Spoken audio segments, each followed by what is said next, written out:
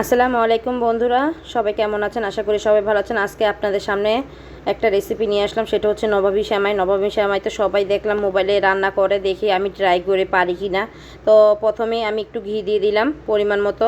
তো 2 থেকে 3 চামচ ঘি দিয়ে দিয়েছি। তার উপর ওই যে লাচ্চে বনফুল সেমাইগুলো আছে না, সেগুলো নিয়ে নিয়েছিলাম। সেই বনফুল সেমাইগুলো দিয়ে ওই তেলের ভিতরে ভালো করে, ঘিয়ের ভিতরে ভালো করে ভাজা ভাজা করে নিলাম। উপর দিয়ে একটু পরিমাণ মতো চিনি দিয়ে দিলাম।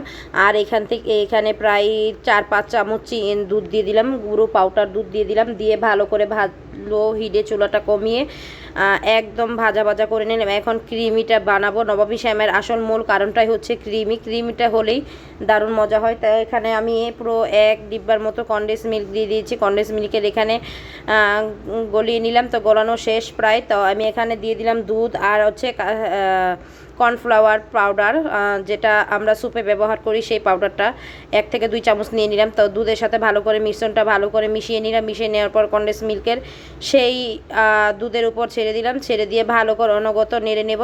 অনগত নেড়ে ভালো করে জাল দিয়ে নেব। দেখবো আস্তে আস্তে শক্ত হয়ে গেছে। একটু পরিমাণে করে একটু চিনি দেবো, যেহেতু কনডেন্স মিল্ক দিয়েছি একটু মিষ্টি আছে, তাই পরিমাণ মতো একটু সামান্য চিনি দিয়ে দেবো। তো এভাবে অনগত লাড়তে হবে, কারণ কর্নফ্লাওয়ারটা দেওয়ার কারণে এটা আঠারো আঠারো ভাব আসবে। তো এটা যদি নাড়াচাড়া বন্ধ করে দিই তাহলে এটা লেগে যাবে। তো বন্ধুরা খুব সাবধানে ক্রিমটা বানাতে হবে।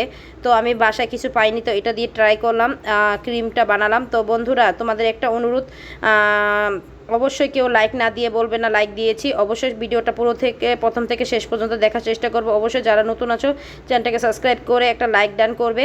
আর যারা পুরাতন ভাই বোনেরা আছে অবশ্যই সবাই একটা লাইক ডান করো। লাইক না দিয়ে কেন বলো লাইক দিয়েছি, 50 জন দেখে বলো লাইক দিয়েছি, মাত্র 2টা লাইক পাই, 3টা লাইক পাই।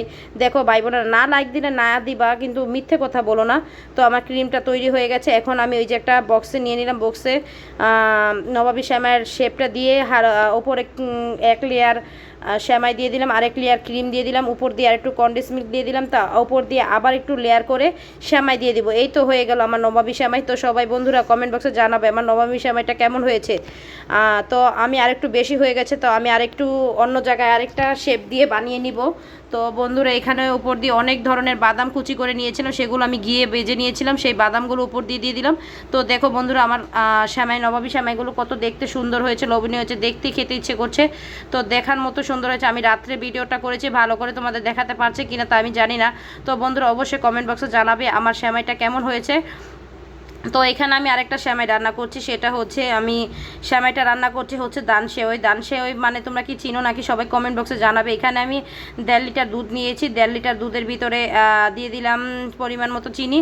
আর দান সেমাইগুলো একটু ভালো করে চুলাতে আঁচ দিয়ে কমিয়ে ভাজা ভাজা করে নিলাম। তারপর ওই দুধটা জাল হলে ওই দুধের উপর দিয়ে দিব। দুধটা জাল হয়ে গেছে প্রায়, তো আর একটু হলেই তারপর আমি ওই ধান সেমাইগুলো ভাজা হয়েছে সেগুলো দিয়ে দেবো। না ভেজে দিলে একটার সাথে আরেকটা লেগে যায়, তার কারণে সেমাইটা খেতে ভালো লাগে না। তো এখন ভেজে দিয়েছি, খুব ভালো হবে।